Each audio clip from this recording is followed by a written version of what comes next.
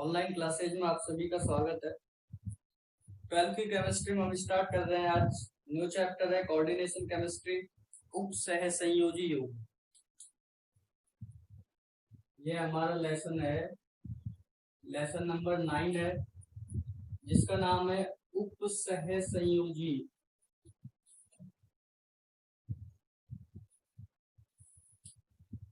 यौगिक।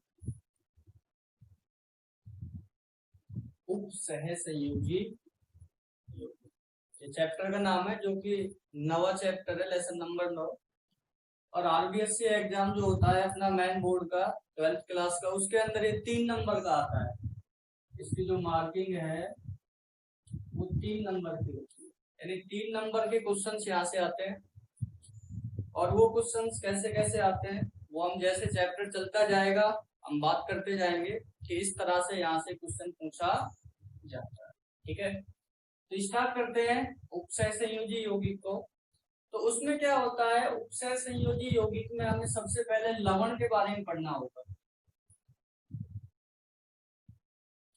लवण क्या पढ़ना होगा, लवण के बारे में पढ़ना होगा कि लवण क्या होता है, क्योंकि उपसय संयोजी यौगिक जो होते हैं जिनको हम संकुल यौगिक भी कहते हैं। क्या कहते हैं? संकुल यौगिक।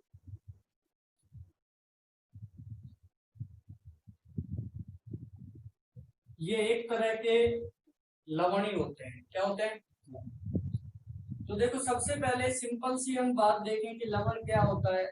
तो सामान्य तौर पर यह कहा जाता है कि अम्ल व क्षार के संयोग से लवण का निर्माण होता है, या अम्ल व क्षार के संयोग से जिसका निर्माण होता है या जो पदार्थ बनता है उसको हम लवण कहते हैं। तो हम कह सकते हैं अम्ल प्लस क्षार इज इक्वल टू क्या बनता है, लवण का निर्माण होता है। यानी जब एक अम्ल एक क्षार के साथ क्रिया करता है तो वो लवण का निर्माण करता है। ठीक है, अब देखो इसका एग्जाम्पल लेकर हम देखते हैं। जैसे हमने कहा अम्ल हमने ले लिया HCl हाइड्रोक्लोरिक अम्ल, और इसके साथ हमने NaOH क्षार की रिएक्शन करवा दी।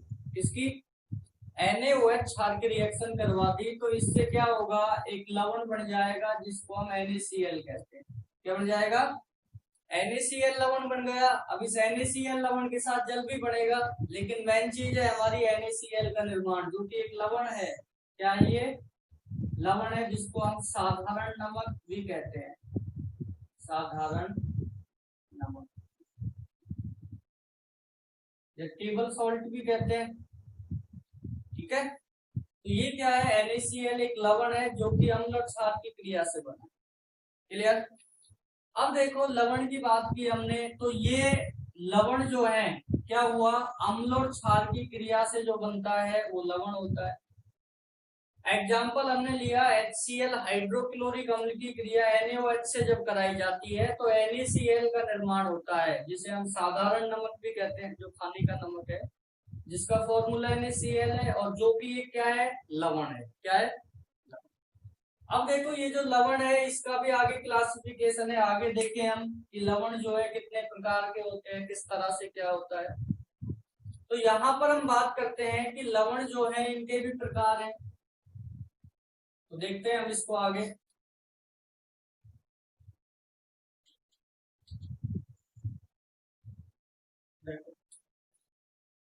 लवण जो है इनको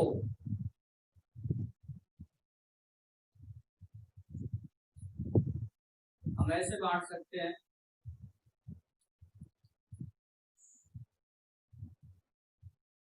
तीन भागों में हमने बांट दिया। एक हम कहते हैं सरल लवण या एकल लवण, सरल या एकल लवण। दूसरा जो प्रकार होता है लवण का वो द्विक लवण होता है, द्विक लवण। ठीक है, और तीसरा जो है वो हमने अभी बताया संकुल लवण।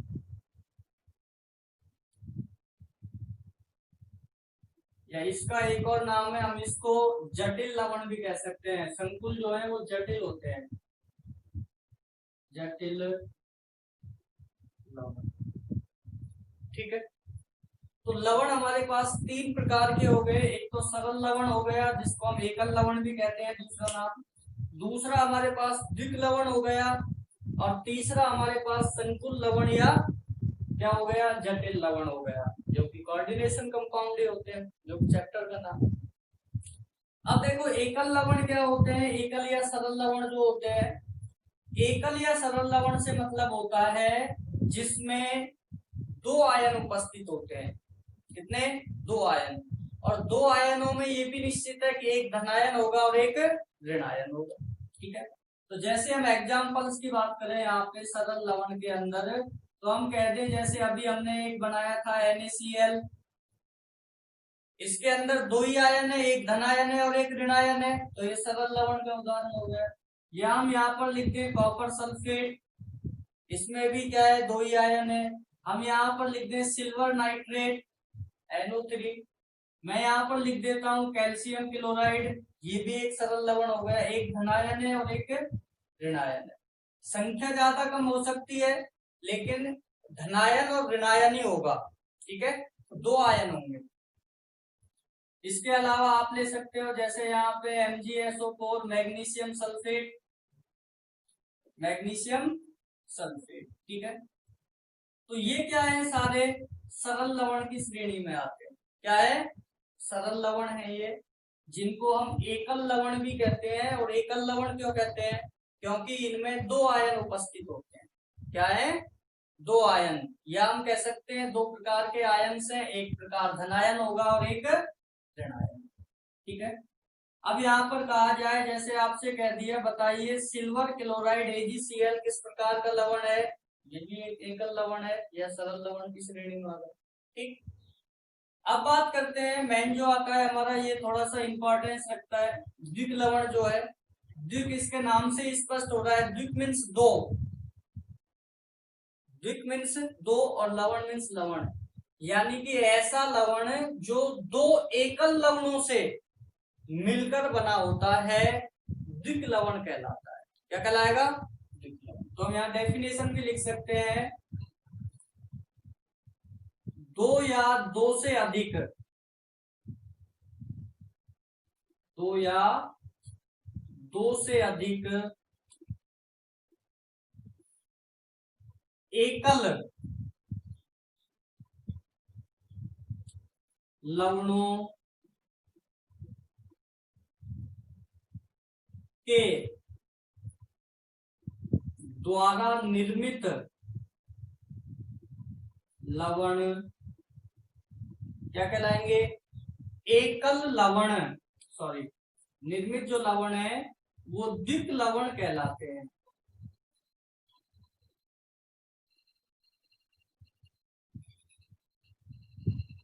ठीक है, तो हम कह सकते हैं दो या दो से अधिक एकल या सरल लवण कह सकते हैं। एकल या सरल लवणों के द्वारा निर्मित या लवणों के संयोग से निर्मित जो लवण है वो ही द्विक लवण कहलाते हैं। क्या कहलाते हैं, द्विक लवण कहलाते हैं। अब देखो द्विक लवण में सीधा सा क्लियर है, इस प्रकार के दो लवण होंगे और ये जो द्विक लवण है ये हाइड्रेट बनाते हैं। क्या बनाते हैं, हाइड्रेट।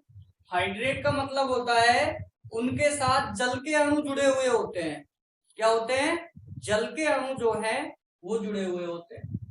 अब द्विक लवण के एग्जाम्पल्स की बात करें तो हम पहला एग्जाम्पल ले लेंगे यहाँ पर, फिटकरी जो होता है। क्या होता है, फिटकरी होता है। और फिटकरी को हम पोटास एलम भी कहते हैं सामान्यतः।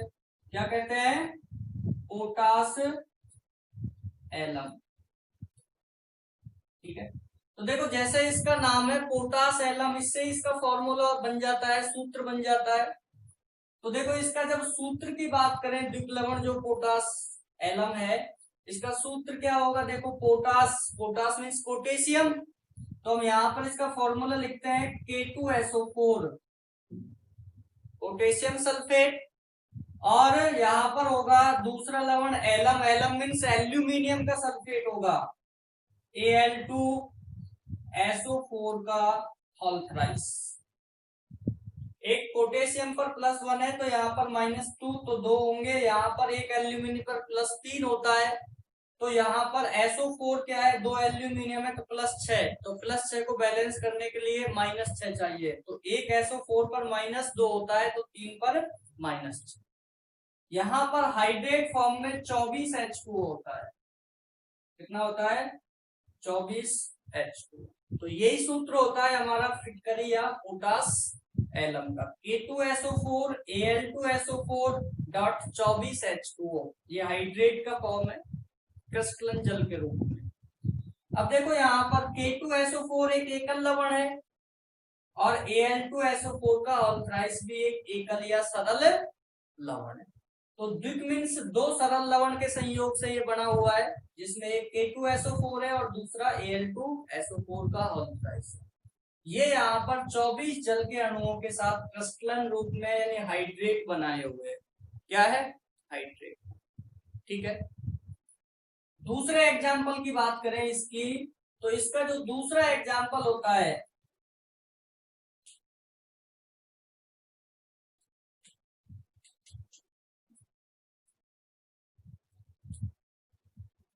इसी का दूसरा एग्जाम्पल हो जाएगा कार्नेलाइट।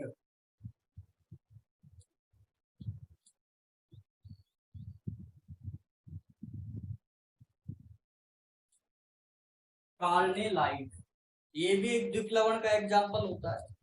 और इसका फॉर्मूले की बात करें तो इसके अंदर भी दो साधारण लवण होंगे।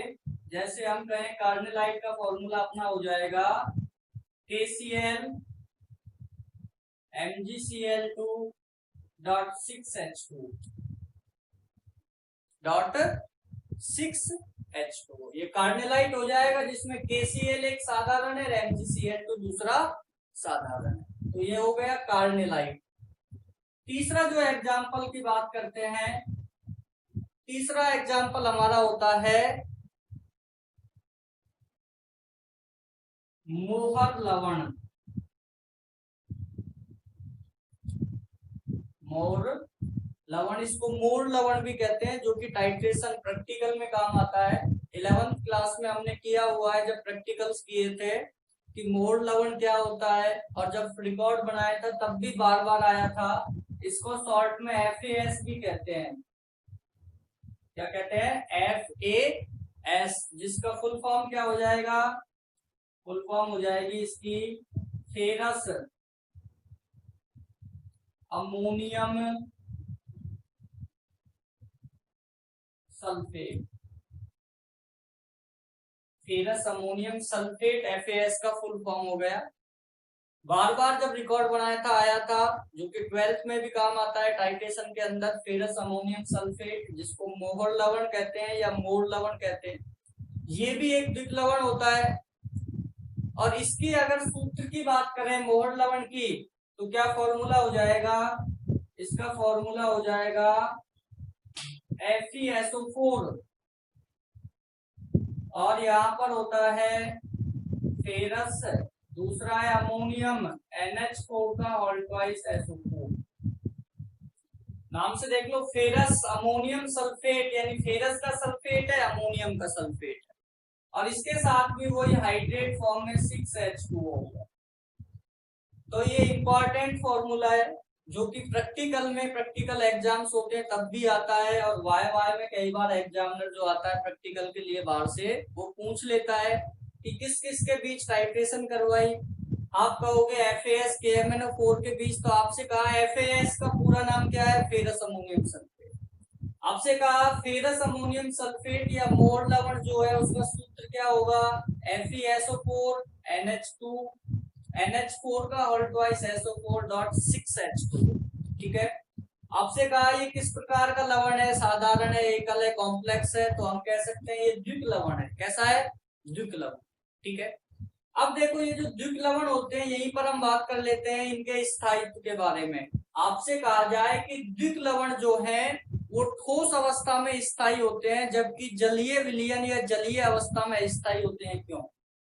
आपसे कहा, यहाँ पे क्वेश्चन है कि ये जो है ठोस अवस्था में स्थायी है और जलीय विलयन के रूप में कैसे है?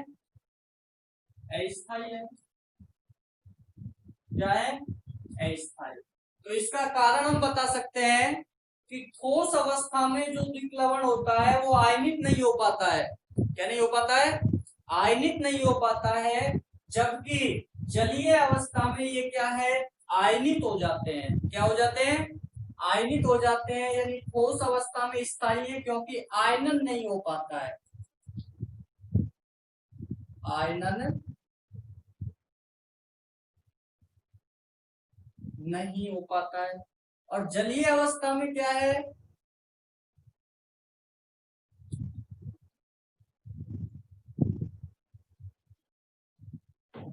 आयनन हो जाता है।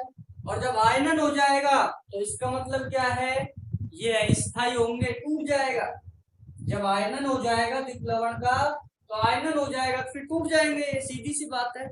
इसलिए कहा जाता है कि द्विक लवण या फिर आपके जो साधारण लवण होते हैं वो ठोस अवस्था में स्थायी होते हैं, लेकिन जलीय अवस्था में क्या होते हैं, अस्थायी होते हैं, क्योंकि जलीय अवस्था में उनका आयनन हो जाता है। ठीक है, तो यहां तक हमारा क्या है, कंसेप्ट क्लियर है कि लवण क्या होते हैं, अम्ल और क्षार से क्रिया करने से लवण का निर्माण होता है। एग्जाम्पल लिया था हमने HCl और NaOH का, जिससे NaCl बना था। उसके बाद लवण का वर्गीकरण है, एकल लवण या सरल लवण पहला प्रकार है, दूसरा द्विक लवण हो गया, और तीसरा संकुल लवण होता है। दो हम देख चुके हैं। एकल लवण क्या है, जिनमें एक एक आयन होते हैं, एक पॉजिटिव एक नेगेटिव, यानी कि जिसमें दो आयन उपस्थित होते हैं। ठीक है, उसके बाद यहाँ पर बात करें द्विक लवण के अंदर, तो द्विक लवण की डेफिनेशन लिखी हुई है, दो या दो से अधिक एकल या सरल लवणों के द्वारा जो लवण बनता है या निर्मित होता है उसे द्विक लवण कहते हैं। क्या कहते हैं, द्विक लवण कहते हैं। और ये हाइड्रेट बनाते हैं, क्या बनाते हैं, हाइड्रेट। एग्जाम्पल हमारा फिटकरी पोटास एलम लिखा हुआ है, जो कि K2SO4 और Al2SO4 का अल्ट्राइज का हाइड्रेट है। दूसरा एग्जाम्पल कार्नेलाइट लिखा हुआ है, जो कि KCl और MgCl2 का हाइड्रेट है, 6H2 जुड़ा हुआ है। और तीसरा एग्जाम्पल मोहर लवण, जो कि प्रैक्टिकल्स में काम आता है अनुमापन के अंदर, जिसको हम FAS शॉर्ट में कहते हैं। उसकी फुल फॉर्म होती है फेरस अमोनियम सल्फेट। क्या होती है, फेरस अमोनियम सल्फेट, जिसका फॉर्मूला हो जाएगा FeSO4 NH4 का whole twice SO4 dot 6H2। ये भी हाइड्रेट बना हुआ है फेरस और अमोनियम के सल्फेट के साथ। ठीक है, यहाँ तक हमारा क्या है, क्लियर है। उसके बाद हम आगे चलते हैं, तीसरा जो प्रकार है संकुल लवण, जिसको जटिल लवण भी कहते हैं।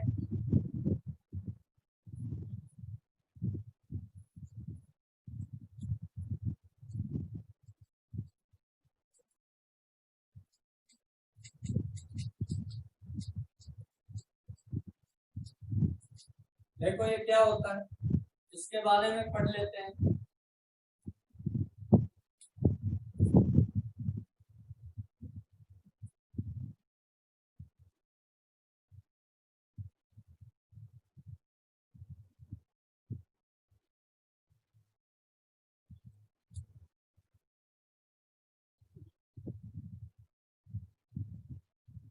संकुल लवण, ठीक है, इसको हम जटिल लवण भी कहते हैं, या करके हम लिख देते हैं जटिल लवण।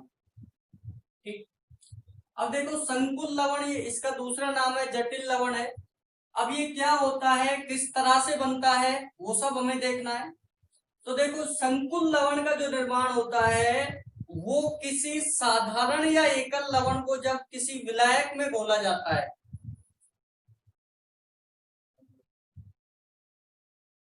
किसी विलायक में, डिलीट हो गई, संकुल लवण या जटिल लवण में क्या है, डाला जाता है, तो संकुल लवण का निर्माण होता है या जटिल लवण का निर्माण। जैसे अब हम ये कहते हैं कि ये हमारा क्या है, एकल लवण है, एकल लवण। और एकल लवण जो है, इस एकल लवण को जब विलायक में घोला जाएगा, इसमें विलायक में घोला जाएगा, तो क्या होगा, इसको विलायक में घोलने से संकुल लवण का निर्माण होगा। इसका होगा संकुल लवण का निर्माण होगा। तो पहले तो निर्माण की प्रक्रिया आनी चाहिए कि संकुल लवण कब बनेगा। तो एकल या सामान्य लवण को जब विलायक में घोलते हैं तो संकुल लवण का निर्माण होता है। ये दिमाग में सेट हो जाना चाहिए कि संकुल लवण कब बनेगा। एकल लवण को विलायक में डाला, संकुल लवण का निर्माण होता। जैसे एग्जाम्पल लेते हैं हम इसका, जैसे हमने पहला एग्जाम्पल ले लिया,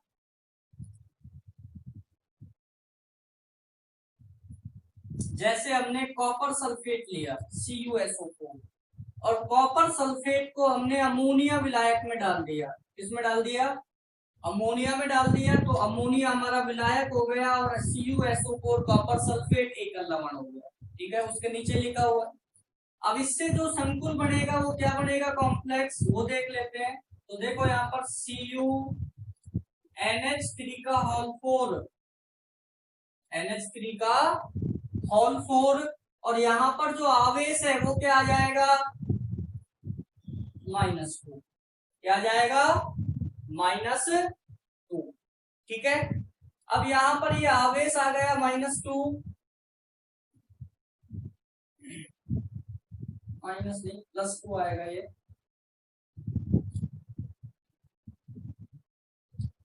ठीक है, क्योंकि यहाँ पर अमोनिया जो है लिगेंड के रूप में इसको एमीन कहते हैं, और एमीन जो है शून्य आवेशित होता है, उदासीन लिगेंड है। तो Cu यहाँ पर +2 फॉर्म के अंदर है। ठीक है, तो वहां भी +2 में ही रहना चाहिए।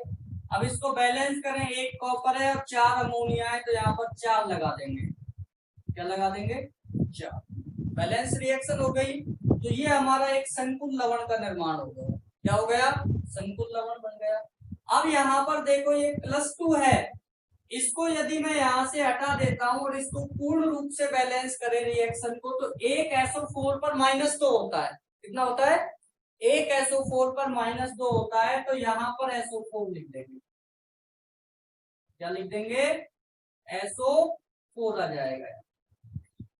ठीक है, तो ये आपका क्या हो गया, एक संकुल लवण बन गया। अभी भी इस कॉपर पर +2 आवेश है। क्या है, +2। ठीक है, अभी हम आगे सीखेंगे और विस्तार से जाएंगे जबकि किस तरह से इस तरह का संकुल में केंद्रीय धातु की ऑक्सीकरण अवस्था ज्ञात करें। दूसरा एग्जांपल सपोज हमने यहाँ पर ले लिया, हमने क्या किया, पोटेशियम साइनाइड जो है एकल लवण है, इसको हमने क्या किया, FeCN के होल ट्वाइस के अंदर डाला। तो ये हो गया, ये विलायक। तो इससे क्या बनेगा, यहाँ पे, यहाँ पर बन जाएगा हमारा K4 FeCN का होल 6। ये संकुल बन जाएगा।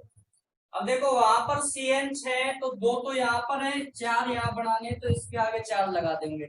4KCN प्लस FeCN का होल ट्वाइस, हमारा संकुल लवण बन जाएगा K4 FeCN का होल 6। ठीक है, तो ये हमारा स्पष्ट हो जाना चाहिए कि संकुल लवण कब बनता है, जब एकल लवण को विलायक में डाला जाता है तो संकुल लवण का निर्माण। ठीक है, एग्जाम्पल की बात करें तो कॉपर सल्फेट को जब अमोनिया विलायक में मिलाते हैं तो CuNH3 का होल 4 SO4 संकुल का निर्माण होता है। क्या होता है, SO4 संकुल का निर्माण।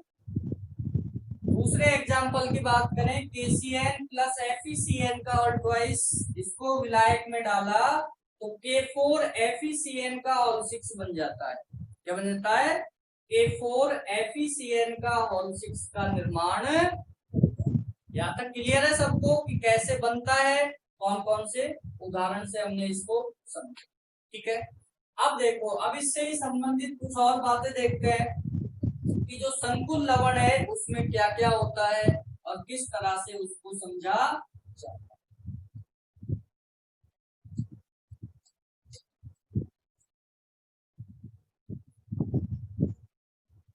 है। संकुल लवण का हम एक एग्जांपल ले लेते हैं, अभी जो हमने लिखा हुआ है उन दोनों को लिख लेते हैं। तो पहला तो हमारा है Cu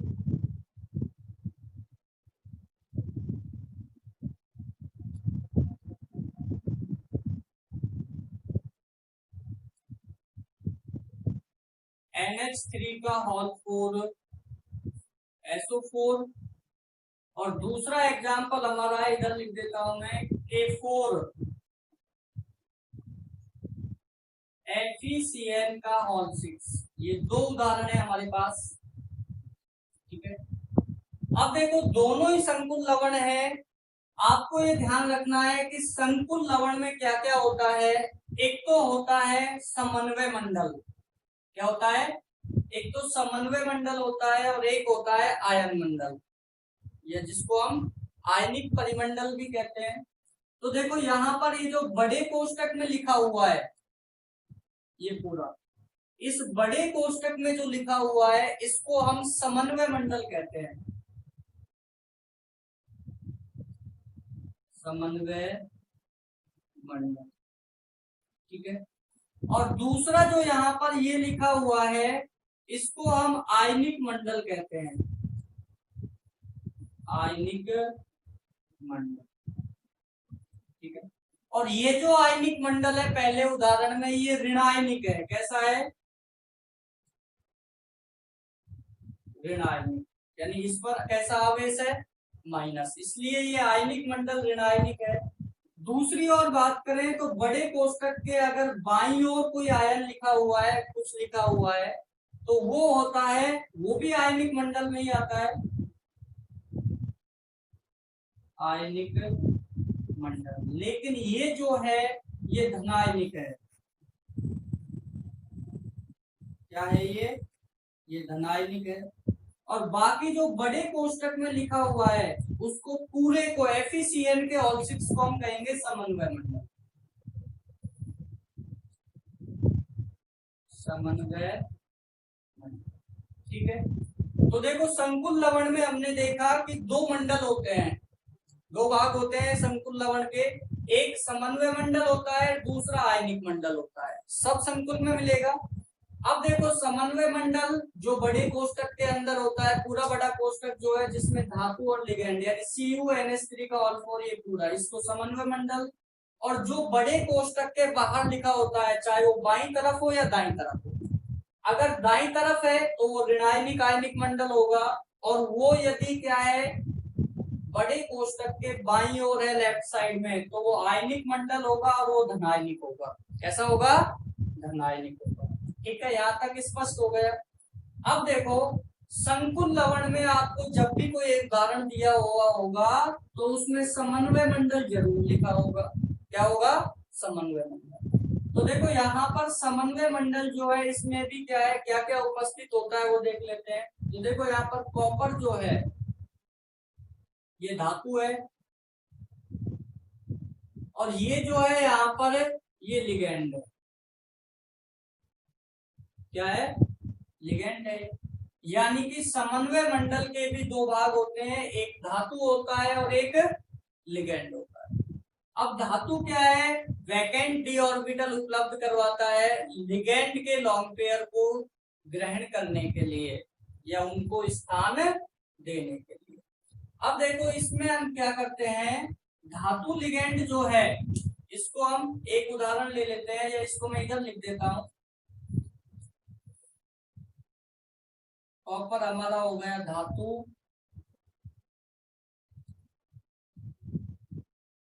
और ये जो NH3 है ये हमारा हो गया लिगेंड। अगर लुईस के अनुसार देखें तो धातु जो है वो ग्राही होता है, ग्राही की तरह कार्य करता है, और जो लिगेंड है वो एक दाता की तरह कार्य करता है, इसकी तरह दाता की तरह कार्य करता है। अब देखो ग्राही है, यहाँ पर ये ग्रहण करेगा इलेक्ट्रॉन पेयर को, और लिगेंड जो है वो दाता का कार्य करता है। तो हम इसको ऐसे दिखा सकते हैं, M धातु के रूप में दिखा दिया हमने, और यहाँ पर ये जो है N ये लिगेंड के रूप में दिखा दिया, जिस पर ये क्या है, इलेक्ट्रॉन युग्म है, लॉन्ग पेयर है ये वाला। अब ये क्या करेगा, लिगेंड इस लॉन्ग पेयर को धातु को देगा, इसको धातु को देगा। तो इस लिगेंड के द्वारा धातु को इलेक्ट्रॉन युग्म देने से जो बंध बनता है उसे ही हम उप सह संयोजी बंध कहते हैं। क्या कहते हैं?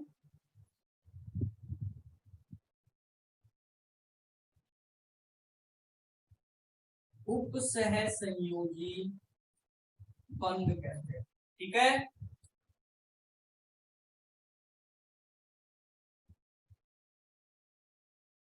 और जिन यौगिकों में ये पाया जाता है वो क्या हो जाएंगे, उपसह संयोजी यौगिक हो जाएंगे। क्या हो जाएंगे, उपसह संयोजी यौगिक हो जाएंगे।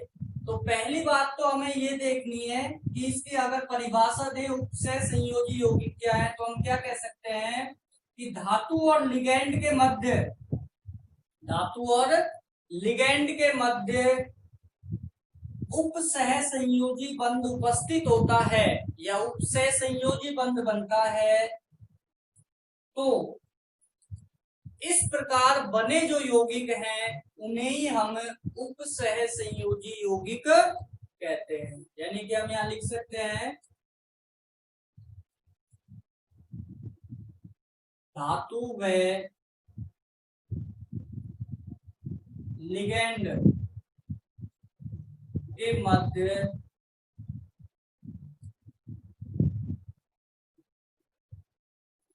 उपसह संयोजी बंध उपस्थित होता है या उपसह संयोजी बंध बनता है, तो इस प्रकार बने यौगिक ही, तो इस प्रकार बने यौगिक ही क्या कहलाते हैं, उपसह संयोजी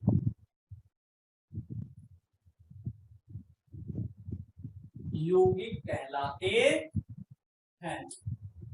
ठीक है, तो इस तरह से हमने देखा कि डेफिनेशन क्या हो जाएगी कि धातु व लिगैंड के मध्य उपसह संयोजी बंध बनता है, तो इस प्रकार बने यौगिक ही क्या है, उपसह संयोजी यौगिक कहलाते हैं। अब ये बंध कैसे बनता है, अभी हमने यहाँ पर देखा जब लिगैंड इलेक्ट्रॉन युग्म धातु को प्रदान करेगा, दान करेगा, तो इसके परिणाम स्वरूप जो बंध बनता है उसे ही हम उपसह संयोजी बंध कहते हैं। ठीक है, समन्वय मंडल, आयनिक मंडल, संकुल के अंदर क्या होता है, एक समन्वय मंडल होता है, एक आयनिक मंडल होता है। समन्वय मंडल बड़े कोष्ठक को कहा जाता है, और समन्वय मंडल में दो चीजें होती हैं, एक धातु होती है और एक लिगैंड होता है। धातु जो है वो ग्राही का काम करता है यानी ग्रहण करता है, और लिगैंड जो है वो दाता का काम करता है जो कि इलेक्ट्रॉन देता है।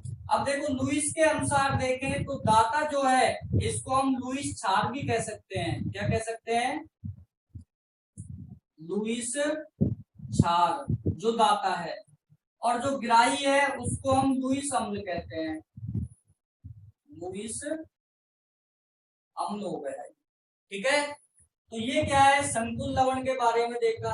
दूसरा इधर है, अब ये जो आयनिक मंडल है ये क्या है, ऋणायनिक भी हो सकता है और धनायनिक।